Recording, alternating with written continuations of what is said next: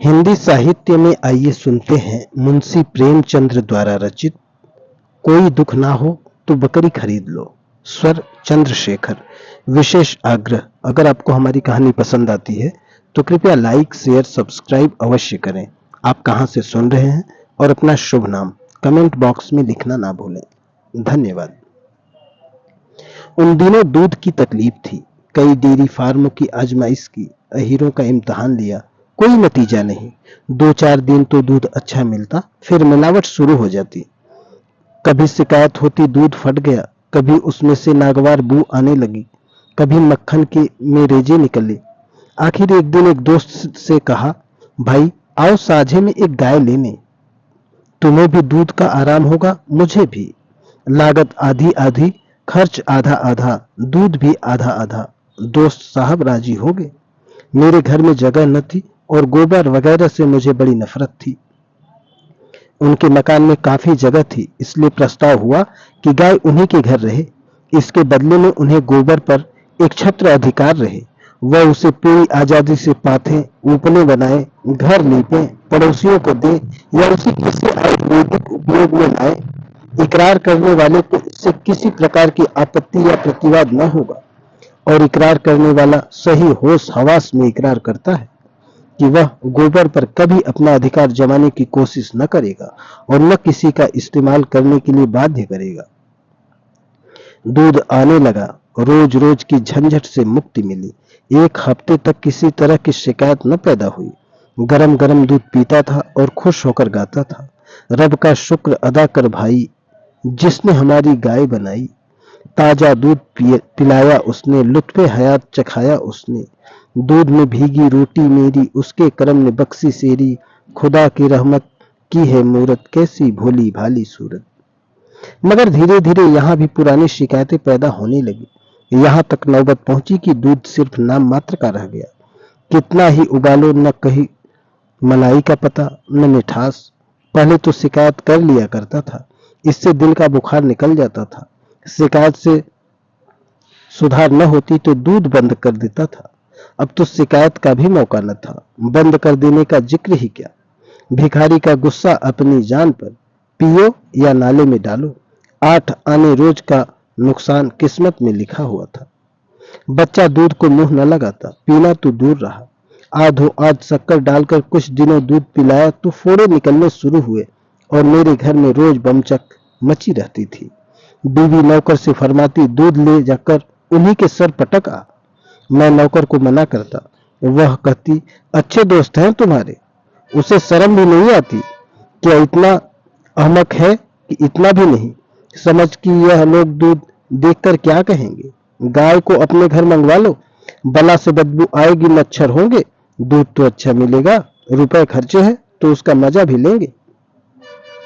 चड्ढा साहब मेरे पुराने मेहरबान हैं, खासी बेतकल्लुफी है उनसे। यह हरकत उनकी जानकारी में होती हो, यह बात किसी तरह गले से नहीं उतरती। या तो उनकी बीवी की शरारत है या नौकर की, लेकिन कैसे जिक्र करूं। और फिर उनकी बीवी से भी तो राह रस्म है। कई बार मेरे घर आ चुकी है, मेरी बीवी भी उनके घर कई बार मेहमान बनकर जा चुकी हैं। क्या वह यकायक इतनी बेवकूफ हो जाएंगी? सरीहन आंखों में धूल झोंकेगी और फिर चाहे किसी की शरारत हो, मेरे लिए गैर मुमकिन था कि उनसे दूध की खराबी की शिकायत करता। खैरियत यह हुई कि तीसरे महीने चड्ढा का तबादला हो गया। मैं अकेले गाय न रख सकता था, साझा टूट गया। गाय आधे दामों में बेच दी गई। मैंने उस दिन इत्मीनान की सांस ली। आखिर यह सलाह हुई कि एक बकरी रख ली जाए। वह बीच आंगन में एक कोने में पड़ी रह सकती है। उसे दूहने के लिए न ग्वाले की जरूरत, न उसका गोबर उठाने, नाद धोने, चारा भूसा डालने के लिए किसी व्यक्ति की जरूरत। बकरी को मेरा नौकर भी आसानी से दूह लेगा। थोड़ी सी चोकर डाल दी, चलिए किस्सा तमाम हुआ। फिर बकरी का दूध फायदेमंद भी ज्यादा है, बच्चों के लिए खास तौर पर। जल्दी हजम होता है, न गर्मी करे न सर्दी, स्वास्थ्यवर्धक है। संयोग से मेरे यहाँ जो पंडित जी मेरे मसौदे नकल करने आया करते थे, इन मामलों में काफी तजुर्बेकार थे। उनसे जिक्र आया तो उन्होंने एक बकरी की ऐसी स्तुति गाई, उसका ऐसा कसीदा पढ़ा कि मैं बिन देखे उसका प्रेमी हो गया। पछाही नस्ल की बकरी है, ऊंचे कद की, बड़े बड़े थन जो जमीन से लगते चलते हैं, बेहद कमखोर लेकिन बेहद दुधारू। एक वक्त में 2-2.5 सेर दूध ले लीजिए। अभी पहली बार की बियाई है, 25 रुपए में आ जाएगी। मुझे दाम कुछ ज्यादा मालूम हुआ, लेकिन पंडित जी पर मुझे एतबार था।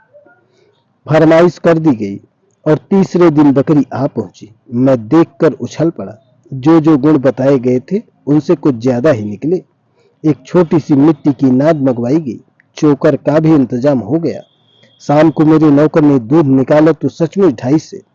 मेरी छोटी सी पतीली लबालब भर गई। अब मुसलो ढोल बजाएंगे। यह मसला इतने दिनों के बाद जाकर कहीं हल हुआ। पहले ही यह बात सूझती तो क्यों इतनी परेशानी होती। पंडित जी का बहुत बहुत शुक्रिया अदा किया गया। मुझे सवेरे तड़के और शाम को उसके सींग पकड़ने पड़ते, तब आदमी दूह पाता, लेकिन यह तकलीफ इस दूध के मुकाबले में कुछ न थी। बकरी क्या है, कामधेनु है। बीवी ने सोचा इसे कहीं नजर न लग जाए, इसलिए उसके थन के लिए एक गिलाफ तैयार हुआ। उसकी गर्दन में नीले चीनी के दानों का एक माला पहनाया गया। घर में जो कुछ जूठा बचता देवी जी खुद जाकर उसे खिला आती थी। लेकिन एक ही हफ्ते में दूध की मात्रा कम होने लगी। जरूर नजर लगी है। बात क्या है, पंडित जी से हाल कहा तो उन्होंने कहा, साहब देहात की बकरी है, जमींदार की, बेदरेज अनाज खाती थी और सारे दिन बाग में घूमा चरा करती थी।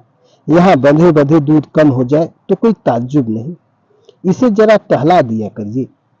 लेकिन शहर में बकरी को टहलाए कौन और कहां, इसलिए यह तय हुआ कि बाहर कहीं मकान लिया जाए। वहां बस्ती में जरा निकलकर खेत और बाग है, कहार घंटे 2 घंटे टहला लाया करेगा।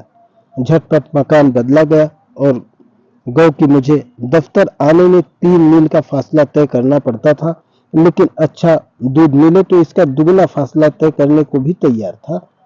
यहाँ मकान खूब खुला हुआ था। मकान के सामने सहन था, जरा और बढ़कर आम और महुए का बाग।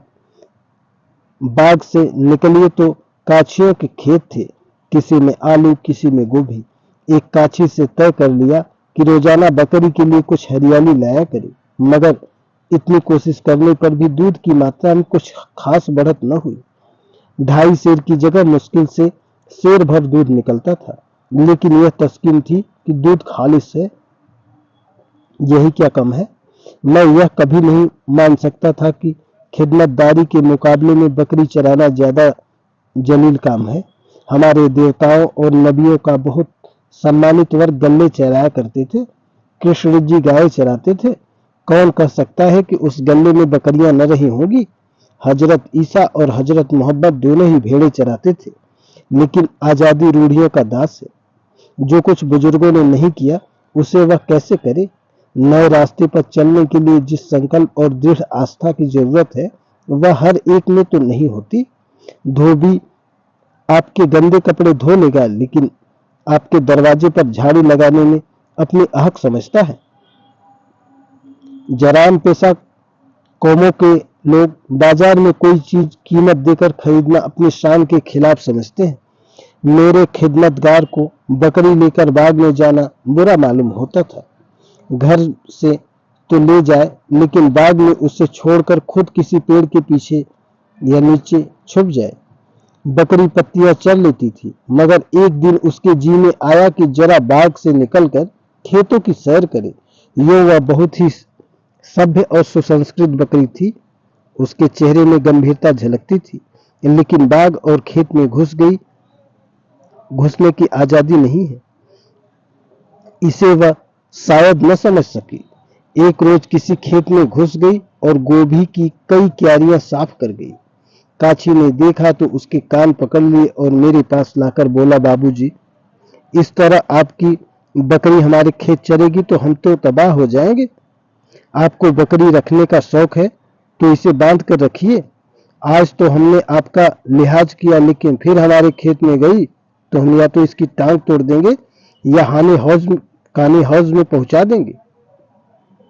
अभी वह अपना भाषण खत्म न कर पाया था कि उसकी बीवी आ पहुंची। और उसने इसी विचार को और भी जोरदार शब्दों में अदा किया। हाँ हाँ कहती ही रही, मगर राण खेत में घुस गई और सारा खेत चौपट कर दिया। इसके पेट में भवानी बैठी है। यहाँ कोई तुम्हारा दबैल नहीं है। हाकिम होगे, अपने घर के होंगे। बकरी रखना है तो बांध कर रखो, नहीं तो गला ऐन दूंगी। मैं भीगी बिल्ली बना हुआ खड़ा था। जितनी फटकार आज सहनी पड़ी उतनी जिंदगी में कभी न सही। और जिस धीरज से आज काम लिया, अगर उसे दूसरे मौकों पर काम लिया होता तो आज आदमी होता। कोई जवाब नहीं सूझता था। बस यही जी चाहता था कि बकरी का गला घोंट दूं और खिदमतदार को 150 हंटर लगाऊं। मेरी खामोशी से वह औरत और भी शेर होती जाती थी। आज मुझे मालूम हुआ कि किन्हीं किन्हीं मौकों पर खामोशी नुकसानदेह साबित होती है। खैर, मेरी बीवी ने घर में यह हल्ला गुल्ला सुना तो दरवाजे पर आ गई तो हेकड़ी से बोली, तू काली हौज पहुंचा दे और क्या करेगी? नाहक टर टर कर रही है घंटे भर से। जानवर ही है, एक दिन खुल गई तो क्या उसकी जान लेगी? खबरदार, जो एक बात भी मुंह से निकाली। क्यों नहीं खेत के चारों तरफ झाड़ लगवा देती, कांटों से रोक दे। अपनी गलती तो मानती नहीं, ऊपर से लड़ने आई है। अभी पुलिस में इत्तला कर दे तो बंधे बंधे फिरोगे। बात कहने की इस शासनपूर्ण शैली ने उन दोनों का कंठ रोक दिया। लेकिन उनके चले जाने के बाद मैंने देवी जी की खूब खबर ली। गरीबों का नुकसान भी करती हो और ऊपर से रोक जमाती हो, इसी का नाम इंसाफ है। देवी जी ने गर्वपूर्वक उत्तर दिया, मेरा एहसान तो न मानोगे कि शैतानों को कितनी आसानी से भगा दिया। उल्टे डांटते हो। गंवारों को राह बतलाने का शक्ति के सिवा दूसरा कोई तरीका नहीं। सज्जनता या उदारता उनकी समझ में आता ही नहीं। उसे यह लोग कमजोरी समझते हैं और कमजोर को कौन नहीं दबाता। खिदमतगार से जवाब तलब किया तो उसने साफ कह दिया, साहब, बकरी चराना मेरा काम नहीं है। मैंने कहा, तुमसे बकरी चराने को कौन कहता है? जरा उसे देखते रहा करो, किसी खेत में न जाए। इतना भी तुमसे नहीं हो सकता। मैं बकरी नहीं चरा सकता। कोई दूसरा आदमी रख लीजिए साहब। आखिर मैंने खुद शाम को उसे बाग में चरा लाने का फैसला किया। इतने जरा से काम के लिए एक नया आदमी रखना मेरी हैसियत से बाहर था और अपने इस नौकर को जवाब भी नहीं देना चाहता था, जिनसे कई साल तक वफादारी से मेरी सेवा की थी और ईमानदार भी था।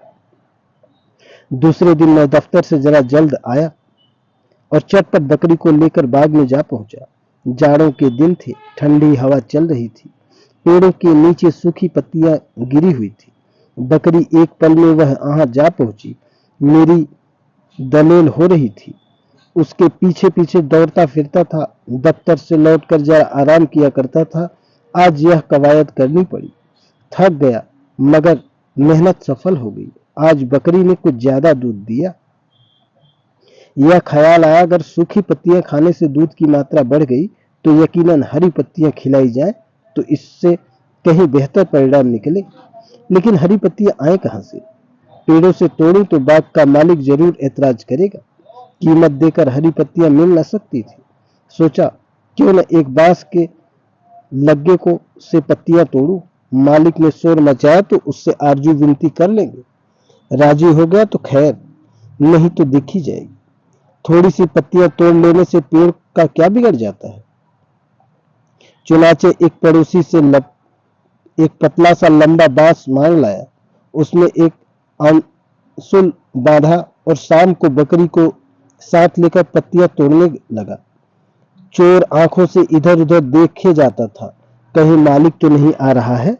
अचानक वही काछी एक तरफ से आ निकला और मुझे पत्तियां तोड़ते देखकर बोला, यह क्या करते हो बाबूजी? आपके हाथ में यह लग्गा अच्छा नहीं लगता। बकरी पालना हम गरीबों का काम है कि आप जैसे शरीफों का। मैं कट गया, कुछ जवाब न सूझा। इसमें क्या बुराई है? अपने हाथ से अपना काम करने में क्या शर्म? वगैरह जवाब कुछ लहजे बेतरतीब बनावटी मालूम हुए। सफेद पोशी के आत्मगौरव के जबान बंद कर दी। काछी ने पास आकर मेरे हाथ से लग्गा ले लिया और देखते देखते पत्तियों का ढेर लगा दिया और पूछा, पत्तियां कहाँ रख आऊं? मैंने झेपते हुए कहा, तुम रहने दो, मैं उठा ले जाऊंगा। उसने थोड़ी सी पत्तियां बगल में उठा ली और बोला, आप क्या पत्तियां लेके जाएंगे, चलिए मैं रख आऊं। मैंने बरामदे में पत्तियां रखवा ली।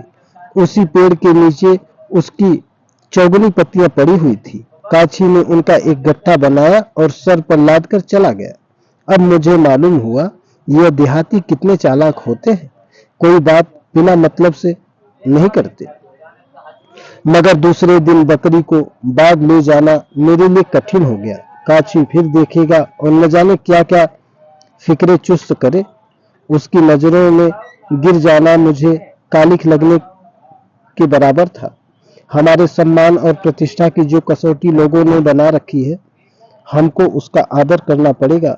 नक्कू बनकर रहने तो क्या रहे, लेकिन बकरी इतनी आसानी से अपनी निर्द्वंद आजाद चहलकदमी से हाथ न खींचना चाहती थी, जिसे उसने अपने साधारण दिनचर्या समझना शुरू कर दिया था।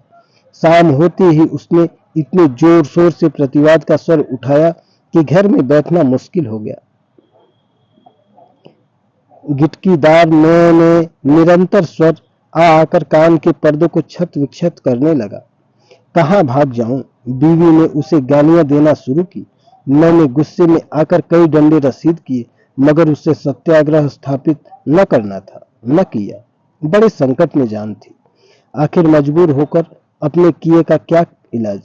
8 बजे रात जाड़ों के दिन घर से बाहर मुंह निकालना मुश्किल, और मैं बकरी को बाग में टहला रहा था और अपनी किस्मत को कोस रहा था।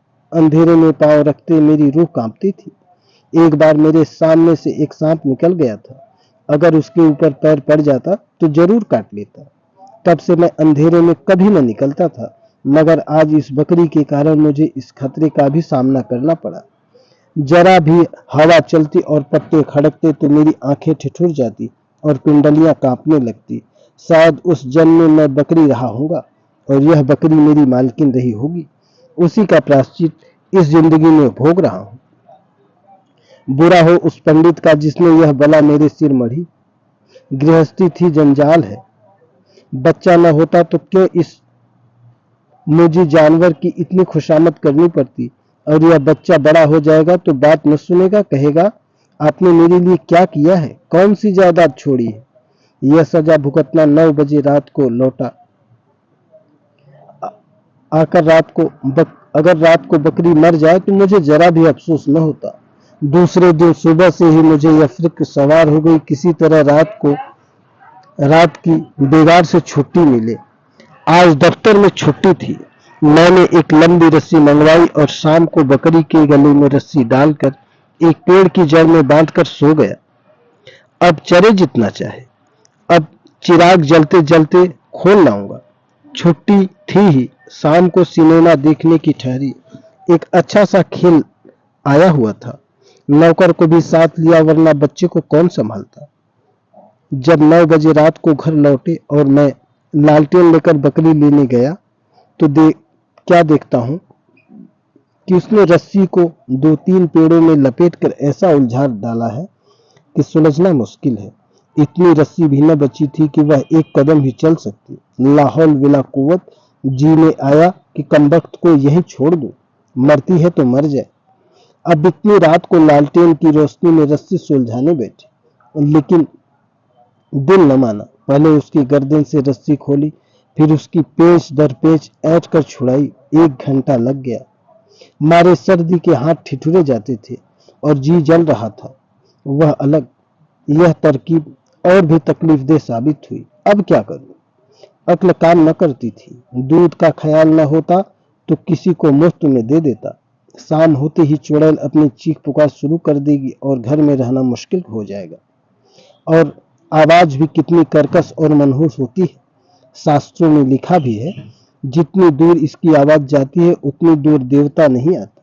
स्वर्ग की बसने वाली हस्तियां जो अप्सराओं के गाने सुनने आती हैं, उसकी कर्कश आवाज से नफरत करें तो क्या ताज्जुब। मुझ पर उसकी कर्णपटु पुकार को ऐसा आतंक सवार था कि दूसरे दिन दफ्तर से आते ही मैं घर से निकल भागा। लेकिन 1 मील निकल जाने पर भी ऐसा लग रहा था कि उसकी आवाज मेरा पीछा किए चली आती। अपने इस चिड़चिड़ेपन पर शर्म भी आ रही थी। जिससे एक बकरी रखने की भी सामर्थ्य न हो, वह इतना नाजुक दिमाग क्यों बने? और फिर तुम सारी रात तो घर में से बाहर रहोगे नहीं? 8 बजे पहुंचोगे तो क्या वह गीत तुम्हारा स्वागत न करेगी? सहसा एक नीची शाखाओं वाला पेड़ देखकर मुझे बरबस उस पर चढ़ने की इच्छा हुई। सपाट तनों पर चढ़ना मुश्किल होता है, यहाँ तो 6-7 फुट की ऊंचाई पर शाखें फूट गई थी। हरी हरी पत्तियों से पेड़ लदा खड़ा था, और पेड़ भी था गूलर का, जिसकी पत्तियों से बकरियों को खास प्रेम होता है। मैं इधर 30 साल से किसी रुख पर नहीं चढ़ा। वह आदत जाती रही, इसलिए आसान चढ़ाई के बावजूद मेरे पांव कांप रहे थे। पर मैंने हिम्मत न हारी और पत्तियां तोड़ तोड़कर नीचे गिराने लगा। यहाँ अकेले में कौन मुझे दिखता है कि पत्तियां तोड़ रहा था? अभी अंधेरा हुआ जाता था। पत्तियों का एक गट्ठा बगल में दबाऊंगा और घर जा पहुंचूंगा। अगर इतने पर भी बकरी ने कुछ चीं चपड़ की तो उसकी सामत ही आ जाएगी। मैं अभी ऊपर ही था कि बकरियों और भेड़ों का एक गोल न जाने किधर से आ निकला और पत्तियों पर पील पड़ा। मैं ऊपर से चीख रहा हूँ, मगर कौन सुनता है? चरवाहे का कहीं पता नहीं। कहीं दुबक रहा होगा कि देख लिया जाऊंगा तो गालियां पड़ेगी। झल्ला फिसला और मैं 10 फीट की ऊंचाई से नीचे आ रहा। कमर में ऐसी चोट आई कि 5 मिनट तक आंखों तले अंधेरा छा गया। खैरियत हुई कि और ऊपर से नहीं गिरा, नहीं तो शहीद ही हो जाता। मेरे गिरने के धमाके से बकरियां भागी और थोड़ी सी पत्तियां बच रही। जब जरा होश ठिकाने हुए तो मैंने उन पत्तियों को जमा करके एक गट्टा बनाया और मजदूरों की तरह कंधे पर रखकर शर्म की तरह छिपाते घर चला। रास्ते में कोई दुर्घटना न हुई। जब मकान कोई 4 फरलांग रह गया और मैंने कदम तेज किए कि कहीं कोई देख न ले, तो वह काछी सामने से आता दिखाई दिया। कुछ न पूछो उस वक्त मेरी क्या हालत हुई। रास्ते के दोनों तरफ खेतों की ऊंची मेड़े थी, जिनके ऊपर नागफनी लगी हुई थी। भगवान जाने क्या सितम ढाए। कहीं मुड़ने का रास्ता नहीं, और बदल ली और सिर झुकाकर इस तरह निकल जाना चाहता था कि कोई मजदूर है। नीचे की सांस नीचे, ऊपर की सांस ऊपर, जैसे वह काछी कोई खूंखार शेर हो। बार बार ईश्वर को याद कर रहा था कि हे भगवान, तू ही आफत के मारे हुए को मददगार है। इस मजदूर की जबान बंद कर दे। एक क्षण के लिए इसकी आंखों की रोशनी गायब कर दे। आह, वह यंत्रणा का क्षण जब मैं उसके बराबर 1 गज के फासले से निकला। एक एक कदम तलवार की धार पर पड़ रहा था। शैतानी आवाज कानों में आई, कौन है रे? कहां से पत्ती तोड़े लाता है? मुझे मालूम हुआ नीचे से जमीन निकल गई और मैं उसके गहरे पेट में जा पहुंचा हूं। रोए बरछियां चल बने हुए थे। दिमाग में उबाल सा आ रहा था। शरीर को लकवा सा मार गया। जवाब देने का होश न रहा। तेजी से 2-3 कदम आगे बढ़ गया, मगर वह ऐच्छिक क्रिया न थी, प्राण रक्षा की सहज क्रिया थी कि एक जालिम हाथ गट्ठे पर पड़ा और गट्ठा नीचे गिर पड़ा। फिर मुझे याद नहीं क्या हुआ। मुझे जब होश आया तो मैं अपने दरवाजे पर पसीने से तर खड़ा था, गोया मिर्गी के दौरे के बाद उठा हूं। इस बीच मेरी आत्मा पर उपचेतना का आधिपत्य था, और बकरी की वह घृणित आवाज, वह कर्कश आवाज, वह हिम्मत तोड़ने वाली आवाज, वह दुनिया की सारी मुसीबतों का खुलासा, वह दुनिया की सारी लानतों की रूह कानों में चुभी जा रही थी। बीवी ने पूछा, आज कहाँ चले गए थे? इस चुड़ैल को जरा बात भी न ले गए। जीना मुहाल किए देती है। घर से निकल कर कहाँ चली जाओ? मैंने इत्मीनान दिलाया। आज चिल्ला लेने दो। कल सबसे पहला यह काम करूंगा, इसे घर से निकाल बाहर करूंगा, चाहे कसाई को देना पड़े। और लोग न जाने कैसे बकरियां पालते हैं। बकरी पालने के लिए कुत्ते का दिमाग चाहिए। सुबह को बिस्तर से उठकर इसी फिक्र में बैठा था कि एक काली बला से क्यों कर मुक्ति मिले कि सहसा एक गड़ेरिया बकरियों का एक गन्ना चराता हुआ आ निकला। मैंने उसे पुकारा और उससे अपनी बकरी को चराने की बात कही। गडरिया राजी हो गया, यही उसका काम था। मैंने पूछा, क्या लोगे? 8 आने बकरी के मिलते हैं हुजूर। मैं 1 रुपया दूंगा, लेकिन बकरी कभी मेरे सामने न आए। गडरिया हैरत में रह गया। मर कही तो नहीं है बाबूजी? नहीं नहीं, बहुत सीधी है, बकरी क्या मारेगी, लेकिन मैं उसकी सूरत नहीं देखना चाहता। अभी तो दूध देती है। हाँ, सेर सवा सेर दूध देती है। दूध आपके घर पहुंचा जाया करूंगा। तुम्हारी मेहरबानी। जिस वक्त बकरी घर से निकली, मुझे ऐसा मालूम हुआ कि मेरे घर का पाप निकला जा रहा है। बकरी भी खुश थी, गोया कैद से छूटी है। गडरिये ने उसी वक्त दूध निकाला और घर में रखकर बकरी को लिए चला गया। ऐसा बेगरज ग्राहक उसे जिंदगी में शायद पहली बार मिला होगा। 1 हफ्ते तक दूध थोड़ा बहुत आता रहा, फिर उसकी मात्रा कम होने लगी, यहाँ तक कि 1 महीना खत्म होते होते दूध बिल्कुल बंद हो गया। मालूम हुआ बकरी गाभिन हो गई। मैंने जरा भी ऐतराज न किया। काछी के पास गाय थी, उससे दूध लेने लगा। मेरा नौकर ही जाकर खुद दूध लेता था। कई महीने गुजर गए। गडरिया महीने में 1 बार आकर अपना रुपया ले जाता। मैंने कभी उससे बकरी का जिक्र न किया। उसके ख्याल ही में से मेरा आत्मा कांप जाता था। गडरिये को अगर चेहरे का भाव पढ़ने की कला आती होती तो वह बड़ी आसानी से अपनी सेवा का पुरस्कार दुगना कर सकता था। एक दिन मैं दरवाजे पर बैठा हुआ था कि गडरिया अपनी बकरियों का गल्ला लिए आ निकला। मैं उसका रुपया लाने अंदर गया कि क्या देखता हूँ, मेरी बकरी 2 बच्चों के साथ मकान में आ पहुंची। वह पहले सीधी उस जगह गई जहां बंधा करती थी, फिर वहां से आंगन में आई और शायद परिचय दिलाने के लिए मेरी बीवी की तरफ ताकने लगी। उन्होंने दौड़कर एक बच्चे को गोद में ले लिया और कोठरी में जाकर महीनों का जमा चोकर निकाल लाई और ऐसी मोहब्बत से बकरी को खिलाने लगी जैसे बहुत दिनों की बिछड़ी हुई सहेली आ गई हो। न वह पुरानी कटुता थी, न वह मनमुटाव। कभी बच्चे को चुमकारती थी, कभी बकरी को सहलाती थी और बकरी डाकगाड़ी की रफ्तार से चोकर उड़ा रही थी। तब मुझसे बोली, कितने खूबसूरत बच्चे हैं। हाँ, बहुत खूबसूरत। जी चाहता है कि पाल लूं। अभी तबीयत नहीं भरी, तुम बड़े निर्मोही हो। चोकर खत्म हो गया। बकरी इत्मीनान से विदा हो गई। दोनों बच्चे भी उसके पीछे फुदकते चले गए। देवी जी आंख में आंसू भरे यह तमाशा देखती रही। गडरिये ने चीलम भरी और घर से आग मांगने आया। चलते वक्त बोला, कल से दूध पहुंचा दिया करूंगा मालिक। देवी जी ने कहा, और दोनों बच्चे क्या पिएंगे? बच्चे कहाँ तक पिएंगे बहू जी, 2 सेर दूध अच्छा न होता था, इस मारे नहीं लाया। मुझे रात को वह मर्मांत घटना याद आ गई। मैंने कहा, दूध लाओ या न लाओ, तुम्हारी खुशी, लेकिन बकरी को इधर न लाना। उस दिन से न वह गडरिया नजर आया, न वह बकरी, और न मैंने पता लगाने की कोशिश की। लेकिन देवी जी उसके बच्चों को याद करके कभी कभी आंसू बहा देती हैं। धन्यवाद।